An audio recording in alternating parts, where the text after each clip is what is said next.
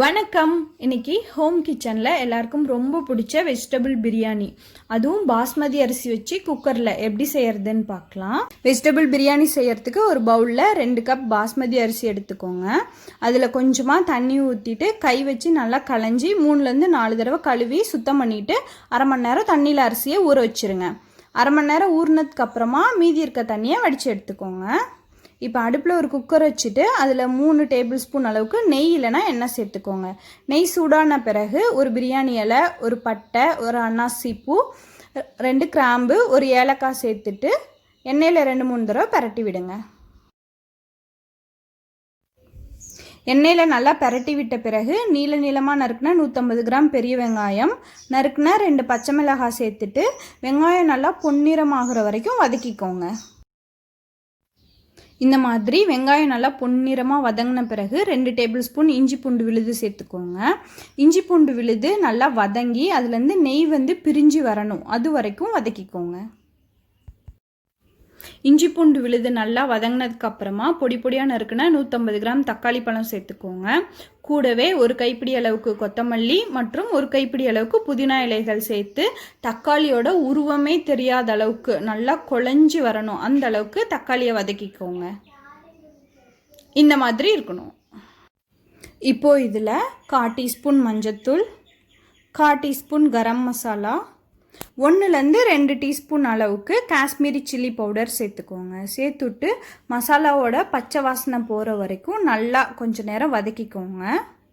மசாலாவோட பச்சை வாசனைலாம் போனதுக்கப்புறமா நறுக்குன 1/2 கப் அளவுக்கு காலிஃப்ளவர், 1/2 கப் அளவுக்கு நறுக்குன பீன்ஸ், 1/2 கப் அளவுக்கு நறுக்குன கேரட், 1/2 கப் அளவுக்கு நறுக்குன உருளைக்கிழங்கு, 1/2 கப் அளவுக்கு பச்சை பட்டாணி, அப்புறம் கொஞ்சமாக உப்பு சேர்த்துக்கோங்க. இப்போ இந்த காய்கறி எல்லாத்தையும் மசாலாவோட நல்லா கலந்து விடுங்க. இந்த மாதிரி நல்லா கலந்து விட்டதுக்கு அப்புறமா அடுப்போட சூட மீடியம் ஹீட்டில் வச்சுக்கோங்க. மீடியம் ஹீட்லேயே காயெல்லாம் ஒரு 4லேருந்து 5 நிமிஷம் அப்படியே வேக விடுங்க. 5 நிமிஷத்துக்கு அப்புறம் 1/2 கப் அளவுக்கு நறுக்குன காளான் சேர்த்துக்கோங்க. காளானை மற்ற காய்களோட நல்லா கலந்து விட்டுருங்க.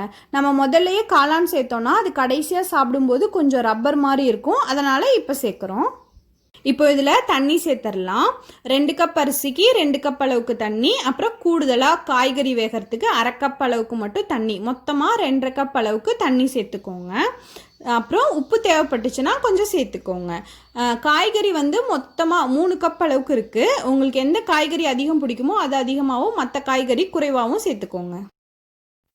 தண்ணி நல்லா கொதிக்க ஆரம்பித்த பிறகு ஊற வச்ச அரிசியை உள்ளே சேர்த்துக்கோங்க.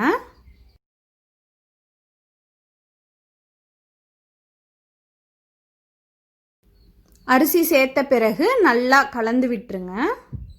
பார்த்தீங்கன்னா தெரியும், தண்ணி அதிகமாக வச்சிடாதீங்க, அப்புறம் பிரியாணி உதிரி உதிரியாக வராது. இப்போது சின்னதாக ஒரு 1/2 எலுமிச்சை பழத்தை பிழிஞ்சு விட்டுறலாம்.